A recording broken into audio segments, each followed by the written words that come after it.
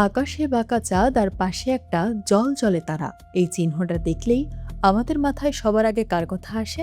অবশ্যই ইসলাম ধর্ম কিংবা বিভিন্ন মুসলিম দেশের পতাকার কথা।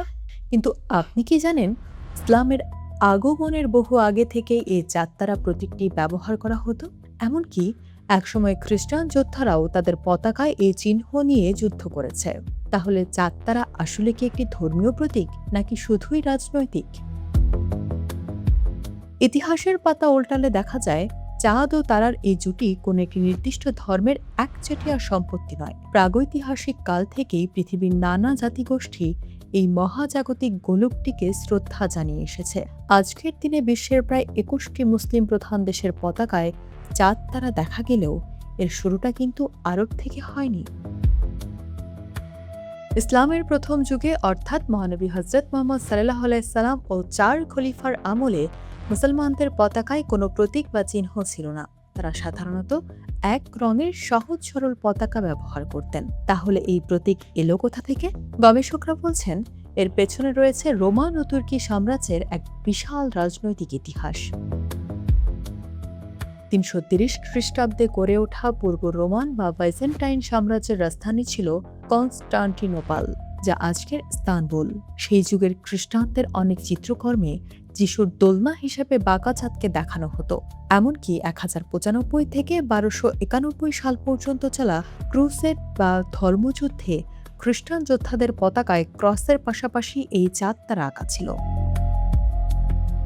পরবর্তীতে ১৪৫৩ সালে মুসলিম তুর্কিরা অর্থাৎ উসমানিয়া বা অটোমান শাসকরা যখন কনস্টান্টিনোপল জয় করে, তখন তারা এই শহরের প্রাচীন ঐতিহ্যবাহী চাঁদ তারা প্রতীকটিকে বাতিল না করে নিজেদের সরকারি প্রতীক হিসেবে আপন করে নেয়। কোনো ঐতিহাসিক মনে করেন, বিজিত অঞ্চলের অমুসলিম ও খ্রিস্টান প্রজাদের সঙ্গে সম্প্রতি বাড়াতে এবং নিজেদের গ্রহণযোগ্যতা তৈরি করতেই তুর্কি শাসকরা এই রাজনৈতিক কৌশলটি নিয়েছিলেন।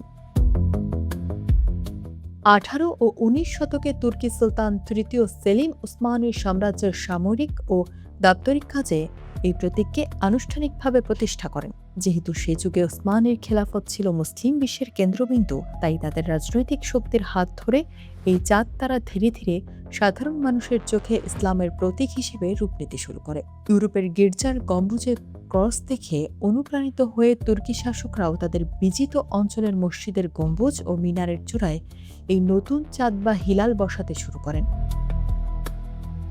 শুধু মুসলিম বিশ্বই নয়, নেপালের পতাকায় হিন্দু ও বৌদ্ধ ধর্মের প্রতীক হিসেবে এবং সিঙ্গাপুরের পতাকায় আধুনিকতা ও অগ্রগতির প্রতীক হিসেবেও চাঁদ তারার ব্যবহার রয়েছে। অর্থাৎ ভৌগোলিক অবস্থান ও বিশ্বাসভেদে এর অর্থ বদলে গেছে বারবার। যুক্তরাজ্যের ফ্ল্যাগ ইনস্টিটিউটের তথ্য মতে এটি পুরোপুরিভাবে কখনোই কোনো নির্দিষ্ট ধর্মের একক প্রতীক ছিল না। মূলত ১৯ শতকের শেষের দিকে প্ল্যান ইসলাম বা মুসলিম ঐক্যর আন্দোলনে তুর্কি সুলতান দ্বিতীয় আব্দুল হামিদের হাত ধরে এটি ওসমানীর সাম্রাজ্যের বাইরে ব্যাপক জনপ্রিয়তা পায়। পরবর্তীতে রেড ক্রিসেন্টের মতো আন্তর্জাতিক সংস্থার মাধ্যমে এই প্রতীকের ধর্মীয় পরিচয় আরও পোক্ত হয়। সুতরাং ঐতিহাসিকভাবে চাঁদ তারা আসলে একটি রাজনৈতিক ও সাংস্কৃতিক প্রতীক ছিল, যা সময়ের বিবর্তনে আজ ইসলামের অন্যতম চাক্ষুষ স্মারক হয়ে উঠেছে।